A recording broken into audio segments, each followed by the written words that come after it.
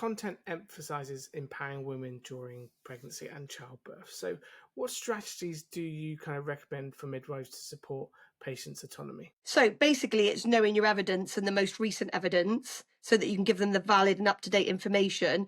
But then it's the art of listening to what they really, really want. It's like I said to you, it's like a sales thing. It's no different. They laugh and say that it's not a sales job, but really it is. Everything is sales because you're listening to what they want and need and what's important to them. And then you're trying to give them options. So if they say, because what you might find is a woman declining an induction, she might actually be happy to be the induction, but what she wants to know is, can she still go in a pool birth? Which she can. Most of the time they can. So it's kind of listening to the things that are really important to them and saying, so actually induction's not off the table. You're happy to go with what we believe is the safest option at this point, but these are the things that you need to make that okay for you. So that's what midwives need to do. They don't need to make it all. It doesn't need to be all or nothing. I'm so sick of the midwifery that is all or nothing. The low risk birthing suite with no beds, no pillows, no nothing. The high risk birthing suite with a bed and a clock. You know, it can be beds anywhere. It can be pillows and clocks anywhere, because those things are important to most women in labour. But it just needs to be what's important to that woman at that time. Yeah, and making high risk births low risk as low risk as possible. Yes. And that's just not what's done. You're either high risk or you're low risk. We can't create a medium. And don't you find as well that it's the coercion involved where a woman, say for instance, like you just said, having an induction and she wants to go in the water, but that's harder for the midwife. It's harder for the midwife because it's easier if she's on the CTG and it's easier if she's on the bed. Everything's easier for the midwives. They say, oh sorry, the pool rooms are all taken, or oh we haven't got a block pool that's available. And it's just that lying and the coercion to get them to, well, why don't you have an epidural, because induction's really, really painful, so it'd be better for you now if you have an induction, if you have an epidural now with your induction. And that, I think this is toxic units. This coming from, so basically, again, I'd like to argue that comes from the midwives going out and being the best midwives with the doctors that think that's the best way. And that's where it needs to stop. You get a lot of junior doctors, not so much the senior ones, actually. I find the senior ones, the consultants, they're really sort of great on the whole, I believe. The ones I've come across, even in the Toxic Trust, great consultants that are really laid back about it and want the woman to have it. It's junior doctors or doctors have just gone to the reg role, very scared and panicky, and they want control, but they want control for different reasons to the women think. Most of them are not actually controlling because they're arseholes. They are wanting the control because they feel that gives them the safety and that gives them the backup when things go wrong. And therefore a midwife that goes in that's like underconfident in herself will go along with that, because then they go back out and they're like, yeah, she's happy for the epidural, she's doing this, she's doing that, and the doctor's like, great, what you want. Yeah, I'll get brownie points now because I've said to her, and it's the scare tactics as well. They say to women, well, you're having an induction, it's going to be really painful, and there's a chance that you could end up with a section. So if we get an epidural in now, it means we don't have to do an emergency GA. But that's a doctor. That's coming from a doctor, really, isn't it? And therefore, they're making the doctor happy. That's what that is. And they like enjoy the brownie points from the doctors rather than having seen the satisfaction from the woman having the birth she wanted. Because surely, what's greater? Do you want the woman to have had the birth she wants and everything to go her way and she make her own choices, or do you get more satisfaction from going out and pleasing the doctor? Totally that, Els. Totally that.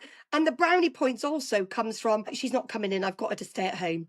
And then they've got brownie points if they're on the phones and they've got the woman to stay at home. They've got brownie points for the team. But do you know what? Like, I was an idiot doing it the right way by the women, because it never got me bloody anywhere like doing it.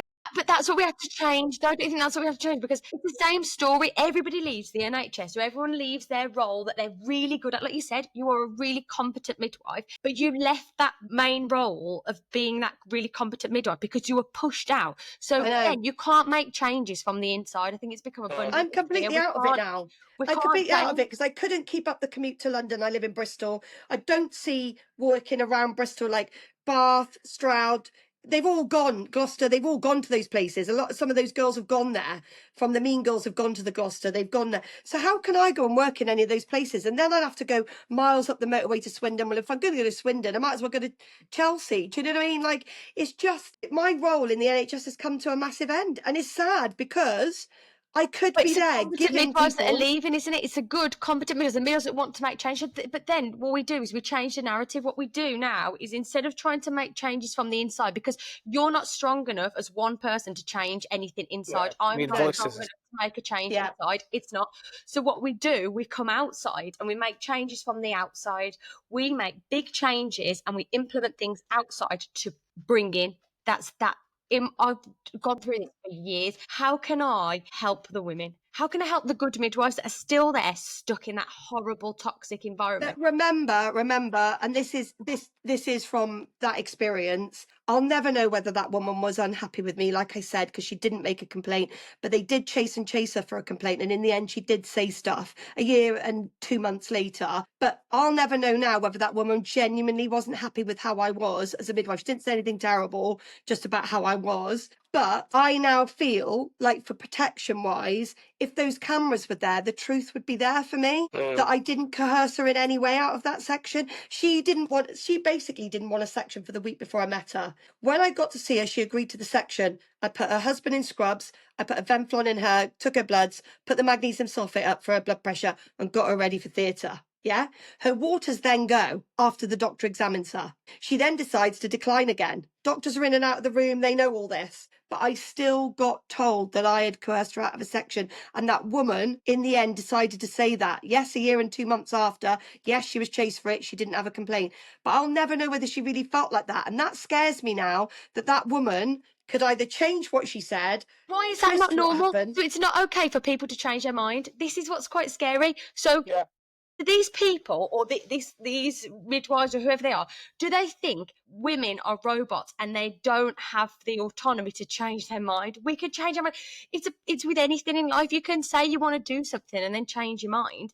But if there's going to be true help and protection for staff, but if we're going to do it right, Ellie, moving forward, for women to have their true choices, staff need protection from that. Yeah. Because although that never happened to me, and like I said, and mine is a bit of a wonky one the way it happened, but imagine now you're out there and you're going 110% full throttle with this woman, declining her induction, declining her section, and that baby dies, and that woman turns around at the end of it and says, Ellie talked me out of it. There is no protection for you. And if that trust want to go, right, great. Ellie's our scapegoat. That's going to be cheaper than saying we had 10 doctors go in, this happened, that happened, because the doctors will want to protect themselves at that point. Yeah, and the doctors will close down. And then you need protection. And that's why I'm so emphatic about it, is midwives and doctors will be less coercive of the intervention when they're not practicing defensively and they've got true backup and support. So it will make a difference to everybody having that evidence. Because you're practicing now in the NHS, I feel.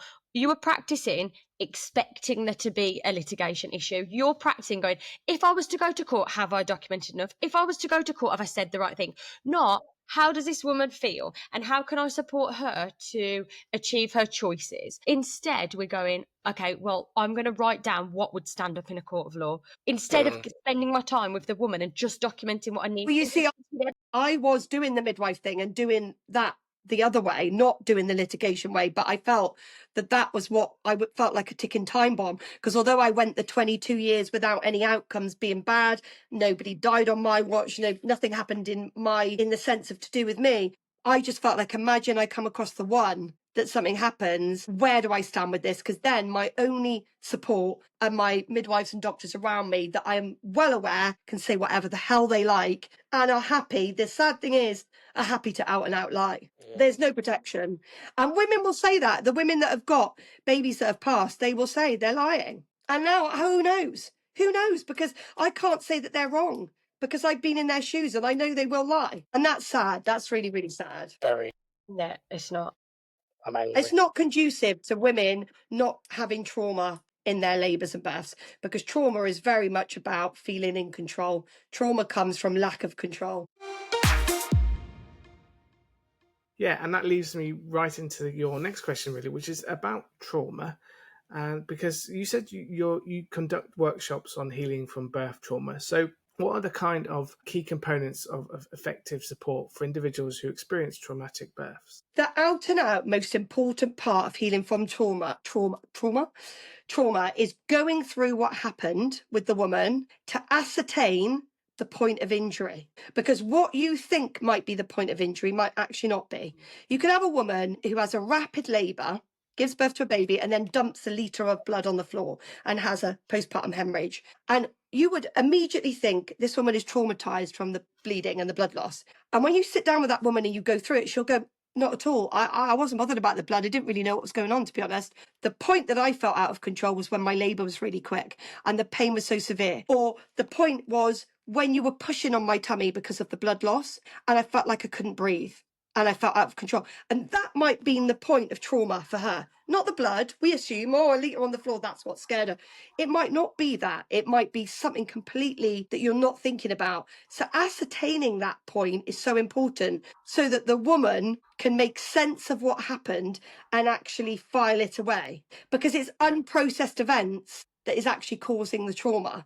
And it's your brain not being able to make sense of it and then putting it away. And then on top of it, being told by everybody around you, you're safe now, but your brain doesn't compute that. So your brain doesn't feel safe. Yeah. Because your brain still feels like, well, I don't really know what happened there. So it's so important that we go through it with them so that your brain can make sense of it and then file it away to the safety zone so that they understand it. And that might take a few sessions. Like I said, in all 3 of my deliveries, I think I was definitely coerced, like without any shadow of a doubt. I was coerced. I didn't have the births that I wanted. I had really, really poor care afterwards. You know, the only time I actually had decent care was in the antenatal period of my last baby because it was a friend and I handpicked my midwife, someone who I knew was great and was a friend. But other than that, the rest of the care I had, you know, was shocking. I didn't have any antenatal and postnatal care for my second baby whatsoever. The beginning of my postnatal care and the third was disgusting. Like to the point I probably needed to debrief with someone afterwards the postnatal care that, or lack of, that I had after my second and third baby, really. So I just think, yeah, it doesn't matter who you are. It doesn't matter if you're a midwife, you're a doctor. Do you think care's poor?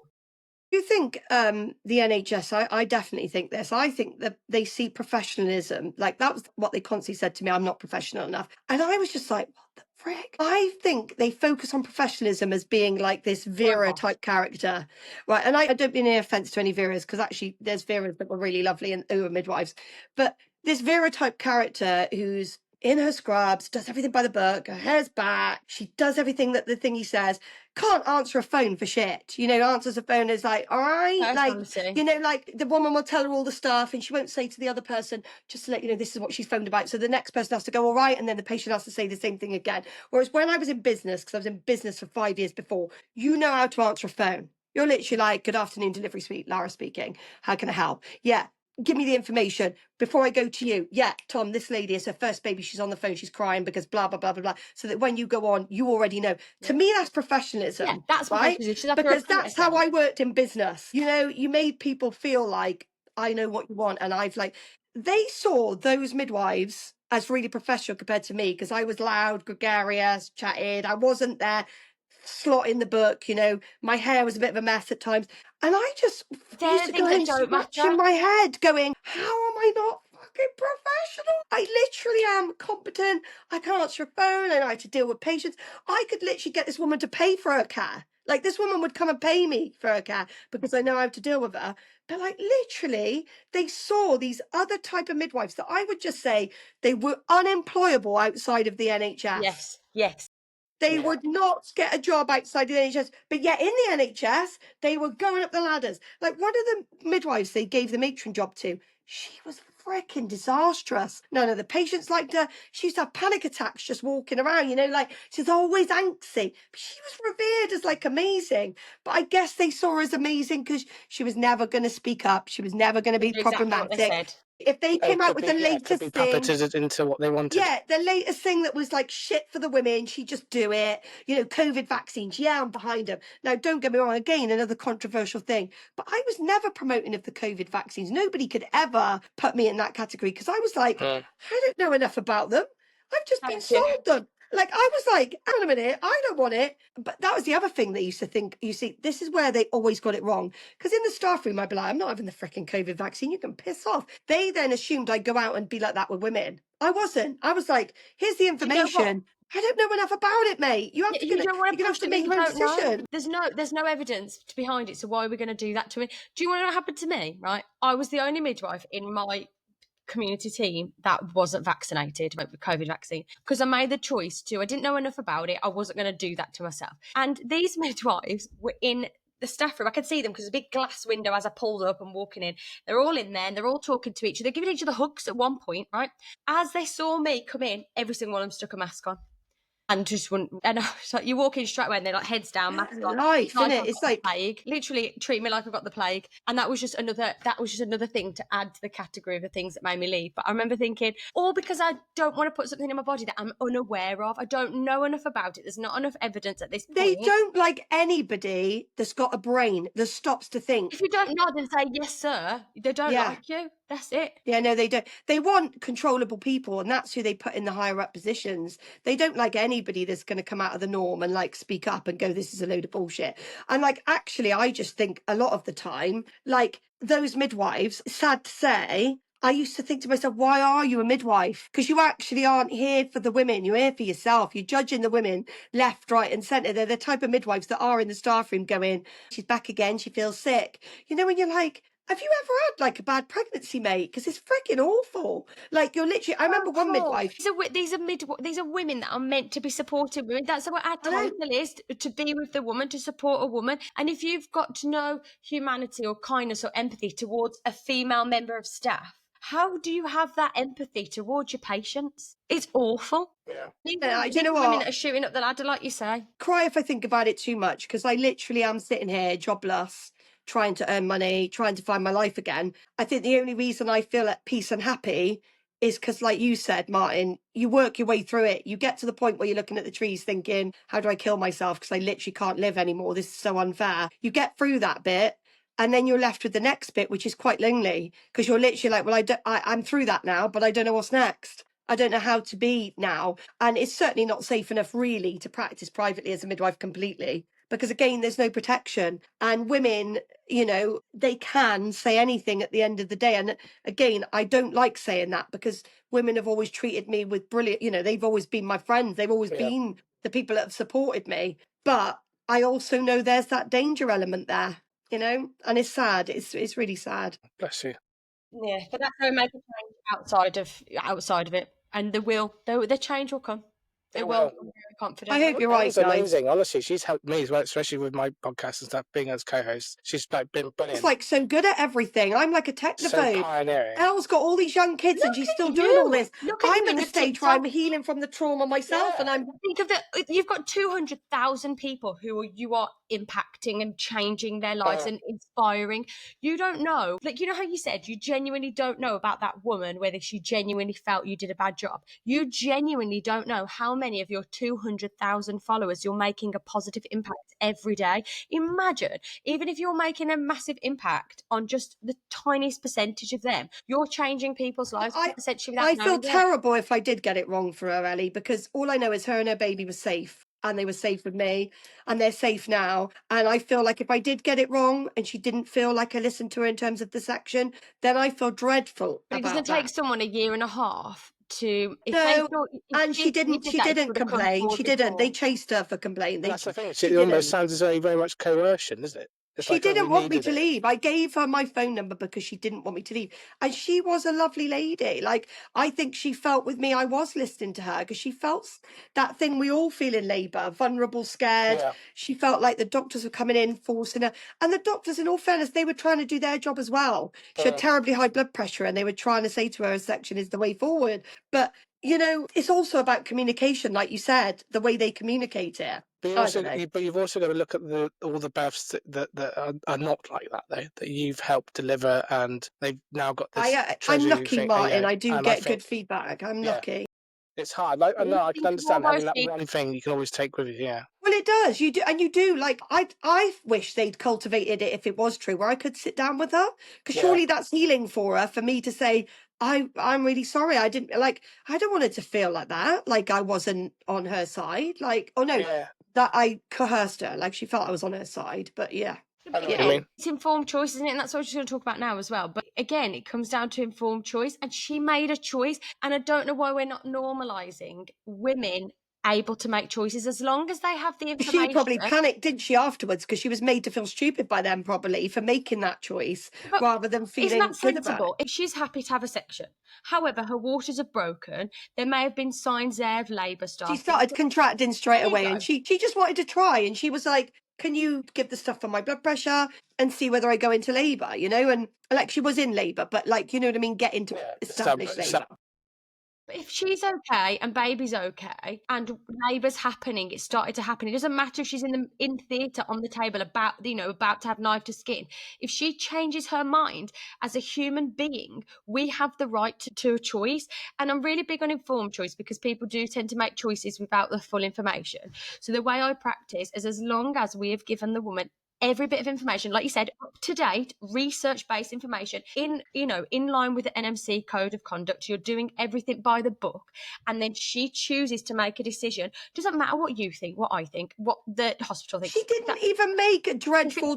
I'm scared to say. Even a bad decision, I'm scared to say this because I know that they tried to make out like I didn't have awareness of her blood pressure being that dangerous, and of course I did.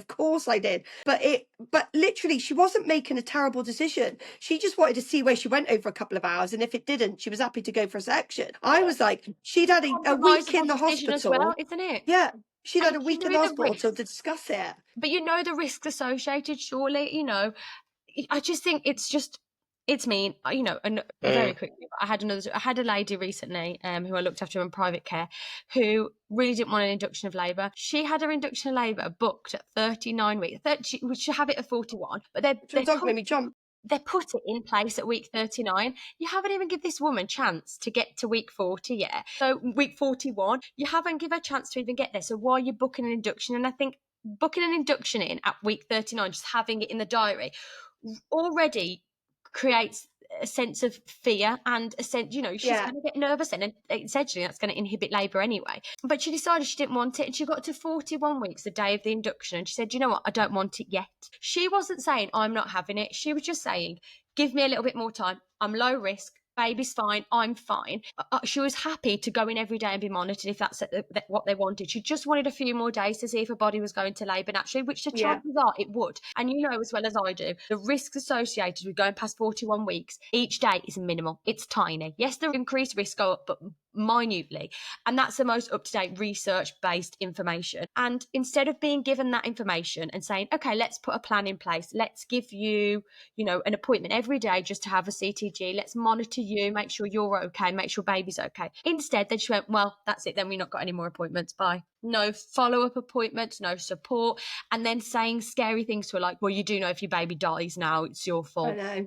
Well, and we've all been there, unfortunately, haven't we, where they're having these conversations. The trouble is people need to take women's decisions less against themselves. Less personally. Less personally, because what they do is they take it and they think that they don't believe them as a doctor, or they don't believe them as a midwife, and they don't have respect for their experience. But they don't understand that some people do. They understand all that, but still they want to do something else. Okay, as long as we've given the information, these are your risks. Yes, your chances of this horrible thing go up and this horrible thing go up, but this is a percentage.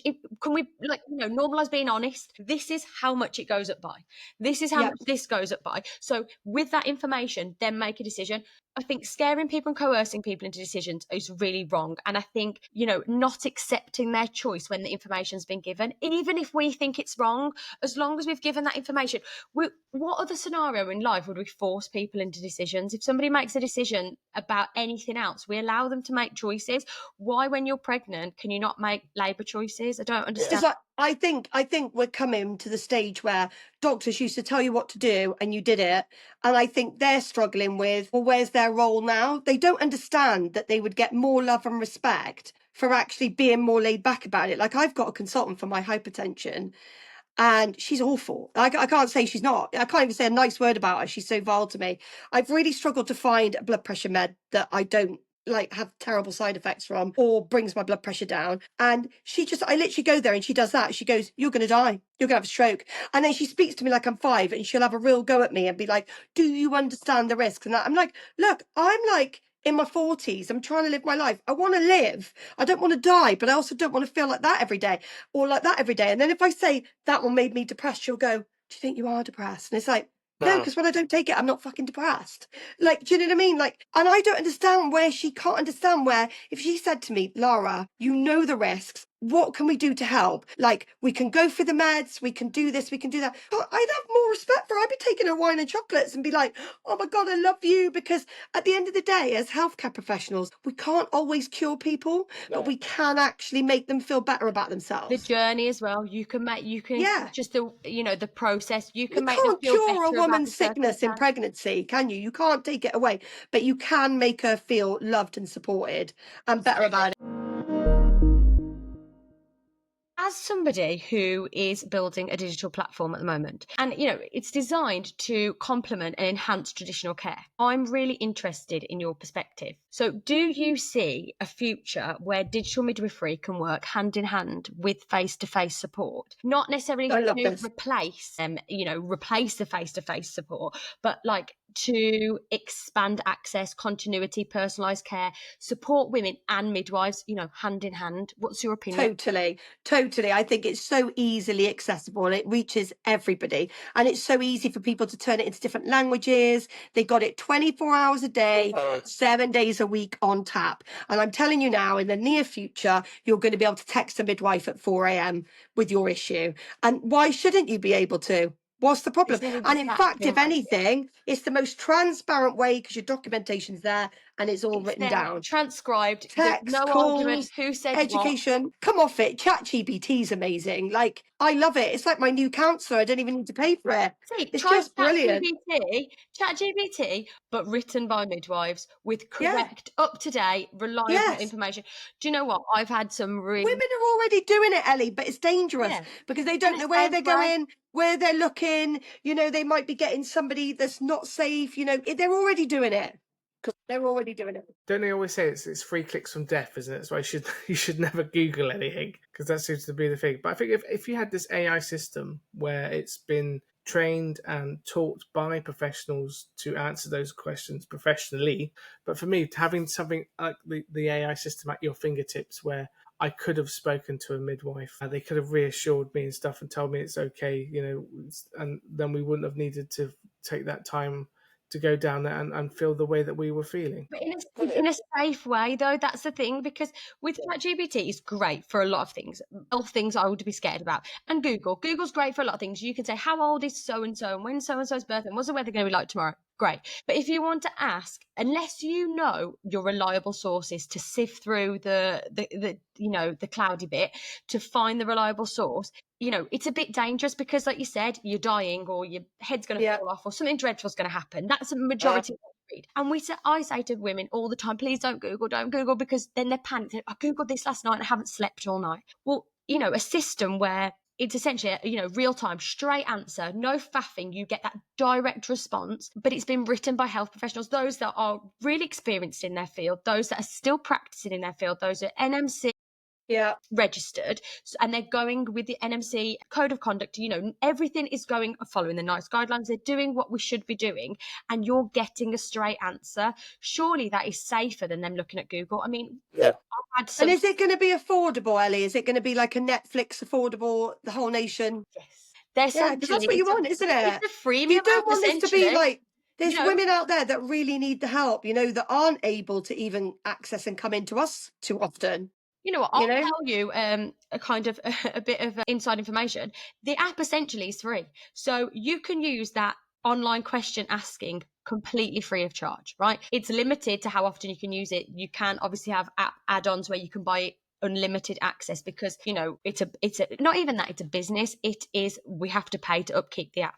However, there will be certain things. We're speaking to charities at the moment to look at those vulnerable women who can't access certain care, who need certain care, to pay for those support. But there are free areas on the app, and then the cost that it is to add on is, like you said, same price, around about the same price as Netflix account. So you've got unlimited midwife access at your fingertips for a minimal amount. Amazing. We've had, where I want your opinion is the fact that we've had a little bit of negative feedback in the fact that you've got those particular midwives that are saying, this is terrible, this is robots replacing human care. We are not trying but they're just scared, aren't they? They're just scared for their jobs, aren't they? We're not trying to replace anyone's care. What we're trying to do is we're trying to work with, human care. As in, this is human care.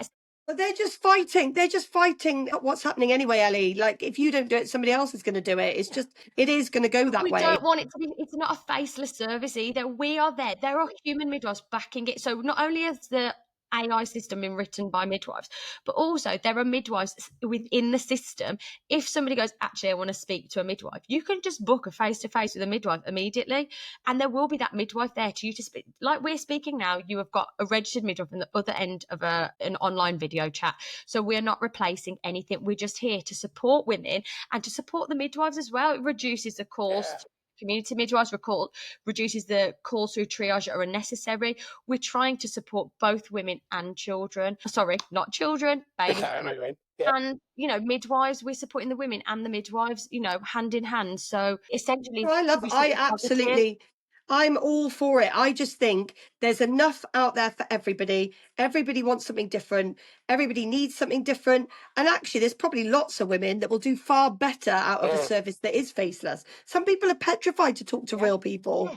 Yes. Some people are petrified. And they want to talk by text. It's easier for them to communicate and get their emotions out by I don't know what your down kids are like, but my son, Christ, I can't imagine him ever talking to anybody. I reckon he'd far more likely be online going, send emojis. Yeah. I mean, I have friends who said the same. They feel uncomfortable saying, especially really personal questions postnatally. Yeah.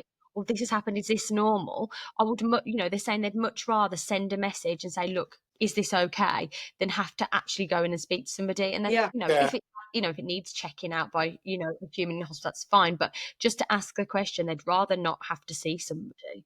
Why the midwives and stuff are going to be concerned about it? Because the mums to be are still going to go to the antenatal appointments. They're still going to go to the midwifery appointments. Yeah, we're not replacing. So they're still going to see them and go, because there's this NHS clan where it can only be a certain way, and they genuinely believe what women want, but they don't ever audit whether women are happy with what they're giving them. Exactly. That's the issue. Yeah. So they think that I'm unprofessional and I'm crazy and I'm not right when the women absolutely love me, but they don't audit it. So they think that the women want a certain thing when the women don't. On the whole, you're being told you like this drink, no matter what, you like it, even if you do want these other ones. No, this is the best one. They just assume that because let's face it, lots of the midwives at that toxic trust that were looked at as really good, they literally go in a room with a lady in labour, they barely speak to her, they don't tell her any of their private business, they have a desk, they put the notes on the desk and they write on the notes and sit with the desk in the middle, and they barely touch the woman and speak to her. And they were seen as really good. Have we not proved, right, that women, when women feel comfortable and relaxed and happy and safe, they don't produce adrenaline, which means their oxytocin flows better and they have calmer labours. You put a woman in a room with someone who's barely talking, that's awkward, that's making them feel uncomfortable, they're going to be scared, they're going to be nervous, they're going to be full of adrenaline, then labour's going to stop and they're essentially going to... Do you take a poo? You cannot take a poo, can you, if you feel unsafe and unrelaxed? Yeah. How could you do it? So that's the same goes for a woman in labour. Sorry, my dog's playing up here again. The same goes for a woman in labour. They need to feel safe, relaxed and comfortable with the person to be able to let down and give birth. But you sharing bits of information and being personal, they may think, okay, now I'm with a friend, now I'm with someone. And it's that professional relationship, that professional... Would you sit in a room with a woman for however many hours? When I paid for the professional course, to show the NMC that I was doing things to improve myself, when I paid for the professional course, I was literally horrified, because you're not allowed to talk about anything, your own kids or anything. You're not allowed to say anything.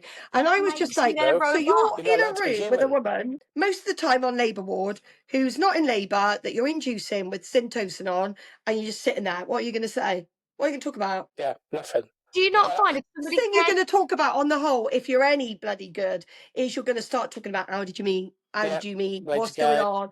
How many other kids you have? Because that's the thing they start laughing and relaxing about and going, oh, well, it's a bloody funny story, actually. Blah, blah, blah. Then you make them calm and safe and relaxed. Do you know what it is? It's taking the human side. We could talk about it all day. I'm hoping that they will find their balls and start using social media, getting their midwives. It'll be great for the staff that are good at creative stuff, because there's many of us. Yes. It's not just me. There's many of us that are so good creatively, and it'll be so good to be able to offer a postnatal discharge chat that is videos that you just log on to TikTok, on that hospital's TikTok or wherever, Instagram, and you can look up all the videos like cord care, breastfeeding, all those things. I just think it all needs to be integrated in. For sure. They need to start using it. They are the generation that's coming up now. Everything's on social media. Also, people have got no staying power anymore, including myself. So women, whereas years ago, if somebody showed you a video of a woman giving birth, you were like that. Nobody give a shit now. They'd be like, hang on a minute, this is taking hours. I'm on my postnatal ward. They've shut off because everybody just wants to scroll. And then when you're at home with the baby and your cord's not looking great, you'll be like, where's that cord cat video? I need to look at it. And then you can go back and see what video. And it gives the midwives, you know, that extra edge as well to be able to do stuff like that. I think the NHS just needs to start utilising it. And they are trying. They just haven't got the sanctions for it because it's still looked down upon. And they still think... scared again, aren't they? It's again about being scared. If you're, like you said, and a really valid point in the beginning, Lara, that you said, if you are following the NMC's code and you are giving research-based, up-to-date information and you're not sharing anybody's confidential information, then what are you doing wrong? It's absolutely fine and accepted by the NMC as well, as long as you are adhering to those set standards and giving correct, reliable information. It's allowed. So yeah, it's a case of... I have to say, the NMC have always been great to me. I really do. Yeah. Even though they took me through an 18-month fitness to practice, I have to say they've always been really good to me. What can they do if they're dealing with toxic trusts or toxic directors that are going to send across information? They've got a duty of care to investigate. You know, I think the NMC are probably more open to the social media than the NHS. Yeah, I think so too. I think the NMC are aware of it and they're sick of people messaging them with so-and-so's on social media. I didn't think a video on breast care was appropriate. But it's a really jealous thing as well, isn't it? Because I bet you those midwives that have, you know, those mean girls in that group chat would have loved to be doing what you were doing. Oh, God, I wish I had that many followers. What they were jealous of, I've realised, is they were jealous of my confidence and ability to be genuine and authentically myself as a midwife and as a person. They were just jealous of that. And interestingly, you know, going forward for my tribunal, one of the head people there has written about my TikTok and said she shakes her breasts on there and it's unprofessional. Now, I would claim shaking breasts would be like a, you know, shaking breasts, and I've never done that. So I guess she's just taking advantage of the fact that I have large breasts. So if I move, maybe they move sometimes. But you know, when you're just like, get a grip of yourself. Why don't you start looking at the midwives with really bad outcomes and leave me alone? Like, leave me alone. And my breasts alone. Leave me and my jiggling breasts. They're moving because they're real. Yeah.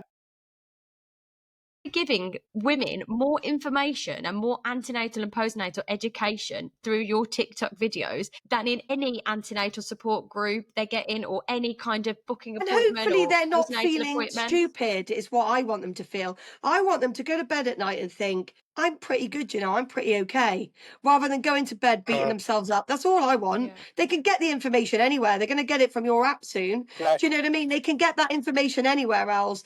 What I want from my channel is that they go to bed feeling good about themselves and they start believing in themselves. But I watch your videos because I've been watching your videos for ages and I've been watching them and I'm like, this is great because, you know, if I had no midwifery knowledge, one, I really like this song and she's dancing really cool, but now I'm listening to what she's saying and I'm reading the text on the screen. I'm like, okay, so now if I needed that information, I've taken that on board now. Like you said about the staying power, you need to grab someone's attention. And with this new generation, everything's dancing, everything's TikTok, everything's online. Whereas they're like, this song's trending. I'm stopping because I'm listening to a song. Well, I'm pregnant actually. And oh, this is a bit of, you know, rather than a midwife just sitting there, like in an, you know, whether it's a postnatal appointment, antenatal education or booking appointment. Well, have you seen the way they do it as well? Have you seen the way they do it? Like I literally had a major argument with one of the consultants at the Toxic Trust. She's one of the ones that's the biggest bully. She's not liked by anybody, not very good. And she does all the social media and she's the last person you'd put on the social media. No one's going to listen. She's not got the skills. She's not got the skills. She's not attractive in real life, which is sad to say, but that's the reality of it. She's just not, and I don't mean attractive as in looks wise. She just hasn't got that pull, that enigma. And she, I remember saying to her one day, please let me help you with it. And she was like, why would I let you do it? And I was like, well, I've done all right. I've got 30,000 followers. And she was like, well, I'm doing all right, thanks. I said, you've had your Facebook account for the trust for like 2 years now. You've got 1,000 followers and that's your freaking staff. Right? She went, well, I'm not worried about that. I said, well, why have a social media account if you're not worried about followers? Why are you wasting your time? You need the followers. There's no point talking to the air. You're wasting your time. But that's what did not want me to have anything to do with it. They're scared of change. People are scared of change and scared of the way technology and the way midwifery is moving forward. They've got massive egos. They've got massive egos, and they promote people into positions that shouldn't be in it because they like them and they feel safe with them.